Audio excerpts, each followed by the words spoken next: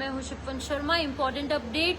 ये nonveg lovers के लिए है, जो लोग नॉनवेज खाना पसंद करते हैं उनके लिए इम्पोर्टेंट अपडेट है। अब अपडेट ये है कि जितना भी फ्रोजन मीट प्रोडक्ट्स हैं, जो कि चिल्ड मीट प्रोडक्ट्स मिलते थे, अब जो है वो बैन हो चुके हैं जम्मू कश्मीर में। क्योंकि हमने देखा पिछले कुछ महीनों से लगातार कुछ अपडेट सामने आ रही थी, जिस अपडेट्स में ये कहा जा रहा था कि जो फ्रोजन मीट है वो बहुत ज्यादा यूज हो रहा है और वो कहीं ना कहीं खराब था, उसकी क्वालिटी अच्छी नहीं थी। फूड सेफ्टी डिपार्टमेंट की तरफ से और सभी डिपार्टमेंट्स की तरफ से अलग अलग जगहों पर रेड की जा रही थी, जहां पर कश्मीर डिवीजन में भी और जम्मू डिवीजन में भी इस तरीके की खबरें सामने आ रही थी, जहां पर ये पाया गया कि चिल्ड जो मीट प्रोडक्ट्स हैं या फिर फ्रोजन मीट प्रोडक्ट्स जो हैं उनका गलत इस्तेमाल हो रहा है। बहुत साल पुराना खराब मीट लोगों को परोसा जा रहा था और लोगों की हेल्थ खराब हो रही थी, लोगों को हेल्थ इश्यूज हो रहे थे। अब इन फ्यूचर कोई ऐसे हेल्थ इश्यूज ना हो, इसके चलते कि इम्पोर्टेंट डिसीजन लिया गया है जम्मू कश्मीर गवर्नमेंट की तरफ से, जहां पर sale of unsafe frozen and chilled meat products अब बैन हो चुकी है। आपको मैं बता दूं कि मैन्युफैक्चरिंग पर बैन है, स्टोरेज पर बैन है, डिस्ट्रीब्यूशन पर भी बैन है, ट्रांसपोर्टेशन और सेल,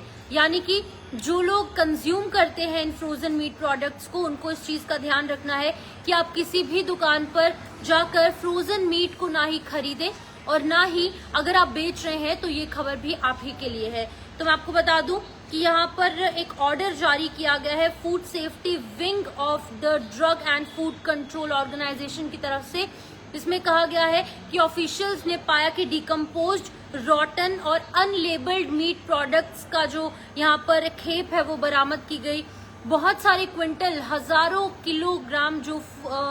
रॉटन मीट है वो लोगों को परोसा जा रहा था यूनियन टेरिटरी के अंदर, यानी कि जम्मू कश्मीर के अंदर, और फिर इसे सीज किया गया और सीज करने के बाद डिस्ट्रॉय भी कर दिया गया। अब अकॉर्डिंग टू द ऑर्डर ये कहा जा रहा है कि जो सीज्ड प्रोडक्ट्स हैं उन्होंने वायलेट किया था की provisions of food safety and standard act 2006। अब इसमें बहुत सारी चीजें लैक की गई थी, बहुत सारी आइटम्स में मैंडेटरी लेबलिंग नहीं थी, लेबलिंग के साथ साथ बैच नंबर्स नहीं थे, वो फूड जो है एक्सपायर्ड था या फिर अगर किसी पर एक्सपायरी डेट नहीं थी। दूसरी चीज ये कि मैन्युफैक्चरिंग यूनिट की डिटेल्स नहीं थी और उसी के साथ साथ FSSAI की लाइसेंस नंबर्स भी उन मीट प्रोडक्ट्स पर नहीं थे, प्रॉपर स्टोरेज इंस्ट्रक्शंस नहीं थी। तो इसके चलते इंपॉर्टेंट डिसीजन लिया गया, क्योंकि ऐसी बहुत सारी खबरें हमने देखी पिछले दिनों सोशल मीडिया पर। अब फ्रोजन मीट को जो है किस तरीके से ट्रांसपोर्ट करना है, कैसे इसको स्टोर करना है, लोगों तक कैसे पहुंचाना है और कितने डेज के अंदर अंदर इसको कंज्यूम करना है, इसको लेकर भी गाइडलाइंस जारी हुई है। अब गाइडलाइंस में लिखा गया है कि फ्रोजन मीट को अगर हम ट्रांसपोर्ट कर रहे हैं कोई भी मैन्युफैक्चरिंग यूनिट की तरफ से या किसी भी शॉपकीपर की तरफ से, कोई भी बिजनेसमैन की तरफ से, अगर फ्रोजन मीट को ट्रांसपोर्ट किया जा रहा है तो ट्रांसपोर्ट किया जाना चाहिए -18 डिग्री सेल्सियस या फिर इससे नीचे का टेम्परेचर होना चाहिए। अगर चिल्ड मीट है उसको स्टोर करना चाहिए 0 to 4 डिग्री सेल्सियस, इससे ज्यादा टेम्परेचर नहीं होना चाहिए। फ्रोजन प्रोडक्ट्स जो भी है उसके ऊपर डेट ऑफ फ्रीजिंग होनी चाहिए और उसी के साथ साथ ये सोल्ड नहीं किए जाने चाहिए 12 मंथ्स डेट के बाद। सिर्फ 12 मंथ्स, यानी कि फ्रोजन मीट 1 साल तक ही सेल किया जा सकता है, इसकी एक्सपायरी डेट 1 साल तक की होगी। 1 साल के बाद वाले जो भी फ्रोजन मीट प्रोडक्ट्स होंगे उनको ना ही बेचा जाएगा और ना ही खाया जाएगा। और अगर कुछ लोग इसकी वायलेशन इसकी करेंगे, कुछ लोगों को अगर पाया गया कि लोग इसको वायलेट कर रहे हैं तो उनके खिलाफ भी कड़ी से कड़ी कार्रवाई होगी।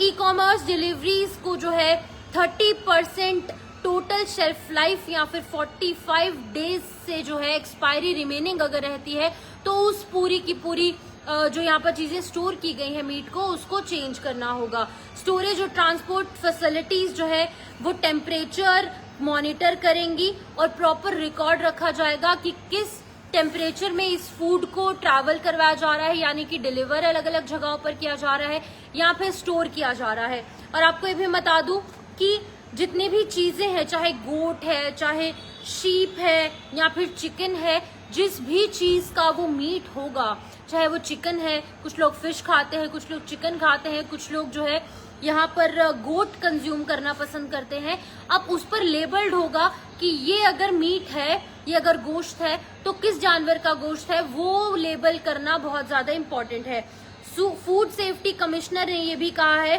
कि ये एक्शन लेना बेहद ज्यादा इम्पोर्टेंट था, नेसेसरी था, कंपलसरी था, मैंडेटरी था,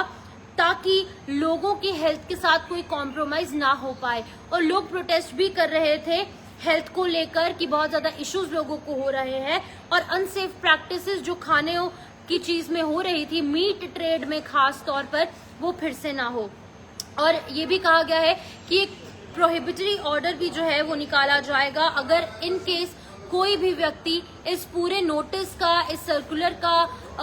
वायलेशन करेगा तो उसके खिलाफ भी कड़ी से कड़ी कार्रवाई होगी। मैं आपको बता दूं कि ये इम्पोर्टेंट डिसीजन लिया गया है क्योंकि हम देख रहे थे कि पिछले कुछ दिनों में, पिछले कुछ हफ्तों में Jammu division as well as Kashmir division में हमने देखा अलग अलग जगहों पर रॉटन मीट, खराब मीट जो है उसकी खेप बरामद की जा रही थी लगातार। और इसके चलते इम्पोर्टेंट डिसीजन लिया गया है कि अब जम्मू कश्मीर में बैन हो चुका है अनसेफ फ्रोजन मीट का और अनसेफ चिल्ड मीट प्रोडक्ट्स का। अब बहुत सारी चीजें इसमें रखी गई है और अगर इन गाइडलाइंस का, इस प्रोटोकॉल का फॉलो नहीं होगा तो जाहिर सी बात है वॉयलेशन करने वाले जो भी लोग होंगे, जो वॉयलेटर्स होंगे, उन पे कड़ी से कड़ी कार्रवाई भी कर दी जाएगी और under relevant sections of BNS and RPC उन पर कार्रवाई होगी और कहीं ना कहीं फाइन जरूर होगा और उनके जो एस्टैब्लिशमेंट्स है, शॉप्स है, वो भी बैन कर दिए जाएंगे। इस वीडियो को शेयर कीजिए और वो लोगों तक जरूर पहुंचाइए जो नॉनवेज खाते हैं या फिर जो बेचते हैं।